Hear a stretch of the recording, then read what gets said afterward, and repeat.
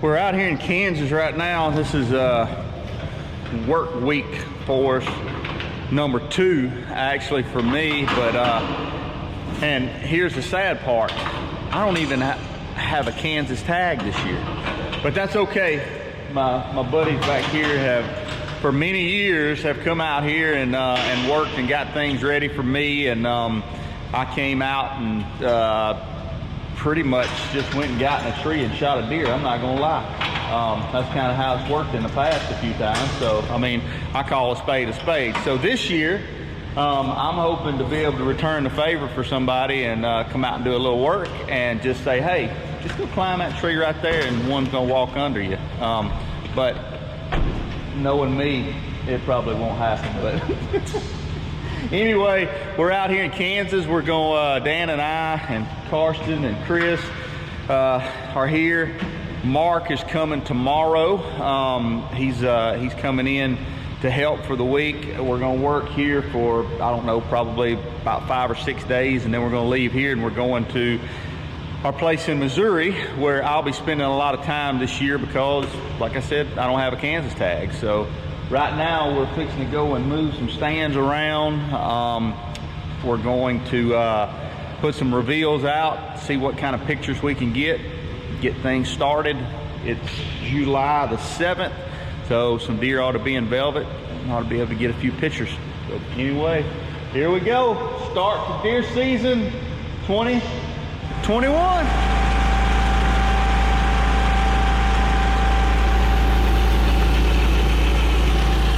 Ready? Catch this? Dan, can we catch it? Perfect, just like it was supposed to be. Oh, well, we got to stand in the tree here. We left everything up under us right here. So we got plenty of cover. We got plenty of back cover behind us right there. We got everything kind of cut out. We can shoot this way, here, here, here. The only thing is here, we'll have to shoot sitting down. Out here, we can shoot standing up, but it's a perfect place to rattle. Like I said, we got it blocked off right here. Food plot's right on the other side of us over there. So if a deer comes in, he has to skirt inside of the cedars that we put over there. And if you rattle right here, he's gonna have to come in. If he's gonna come and look, he's gotta come right here and look at you. And you can hunt it on anything on the easy end. So I like it. Good job, Dano. Should have everything we need here. Okay, you want to grab that crescent bag, whip that out, grab that out of there.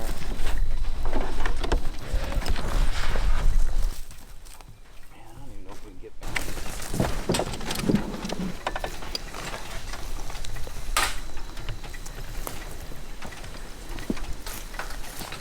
It's kind of a good deal when you got Kenneth here to help and Chris up in the tree.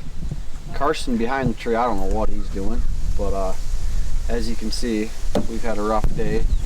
That's why I'm sitting this one out. So let those guys figure this out. I'll probably have to go fix it later, but. You talking about your baby injury? No, I just said how you guys, I'll have to fix that stand later after you guys. Your rough day. You got a blood blister. Yeah, I did. You know, blisters show up after the work is done, just like you. Show up after the work is done. That's fine. Take that. Good toss. There are a couple deer here for you, Kenneth. Okay. Oh, wait. I don't want to hear that again. Yeah. Wait, what are we talking about? I don't even know. Why don't you enlighten us? It's not funny anymore, Dan. Why don't you enlighten us? What'd you do? You didn't trust the process. Yeah. Who invited you to apply with us as a group? I think you did. All right. And what was your reasoning for saying no? I was afraid that I would cause y'all not to draw. I didn't want to be that guy. Always thinking about everybody else, aren't you? Always, buddy. My friend. If only that were the truth. We're gonna fuel everything up and get back after it. We got quite a bit done yesterday, hanging some sets and filling feeders and getting everything ready out here in Kansas. Like I said, just kind of taking inventory of what we got.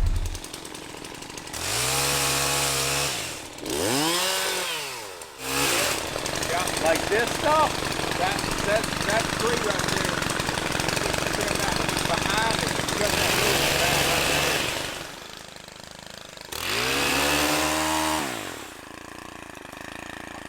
Higher, Joe?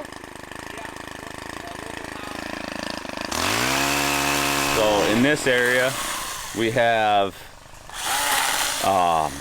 the Killer 10, which is the deer we went after last year, and we have Element, and we have Ocho. So these 3 deer they run up this draw this way. What made them hard to kill last year is they started to run the opposite side of this ridge, but we still want to be prepared in case they start running this valley again. And if it's really hot, it's probably going to happen because there's water right here in this low spot.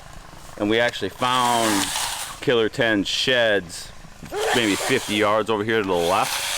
So if we would have been here that day, we only would have been about 200 yards from shooting. So we're coming back in here and recutting these lanes through here in hopes that come early season, most likely when it's warm, we have an opportunity to shoot him coming from this water going up to the west field food spot. We have basically a ridge right here, a fence behind us, which is our fence line and a property line, and it's all tillable behind us over here. The reason we're so excited about this, we have 3 deer down here, 2 big ones. Well, go ahead. We got Halo. Yeah, and then we got one that we named Good Grief, and the reason we named him that was the other night we were sitting there, they were going through the pictures, and I just happened to look over and I said, Good Grief. And they said that's his name. The backstory is Kelly doesn't have a tag for Kansas this year. And I was down in Georgia, and they sent me a picture of Good Grief, and I'm like, oh my goodness, they're making fun of me for some reason. Now we found a deer that we hadn't had on this farm. We may know which one he is, but either way, Good Grief did he grow. He grew 50 inches this year. So we have 2 deer that are special that we want to shoot or go after this year. So what we're doing is basically taking this, and we're taking that veil machine and we're driving 2 or 3 times down over this hillside where these cedar trees are to make trails where these deer run across the road. And then we're going to block it off over here.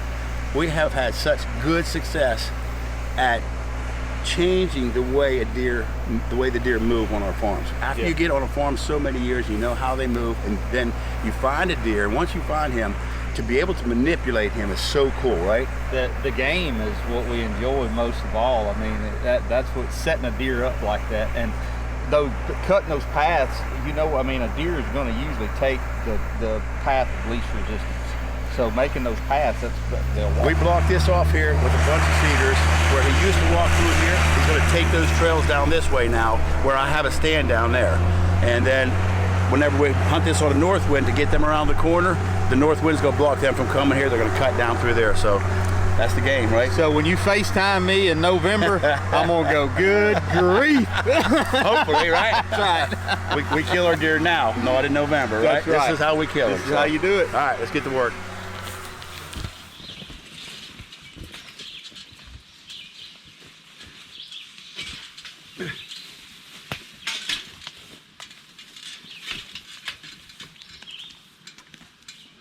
You want to try to start getting it up a little bit? Can you bring me a bolt? You're missing so Dan's grabbing some. Karsten, Hey, you hurt your back, not your mind. What happened? They're not in the box. His lower back is closer to his Good mind help's than hard his to head. find. I say that every year in July when we're doing stands in the middle of summer. We're never going to do this in the heat In again. the heat again. Okay. Always July or August. Check we're putting your trees down. angle. What do you This want? is not reaching. Safety first. You can tell they really care about my safety. Yeah. Wait till you climb some of them other ones out. You gonna give me your tag? And I actually picked to hang out with these guys.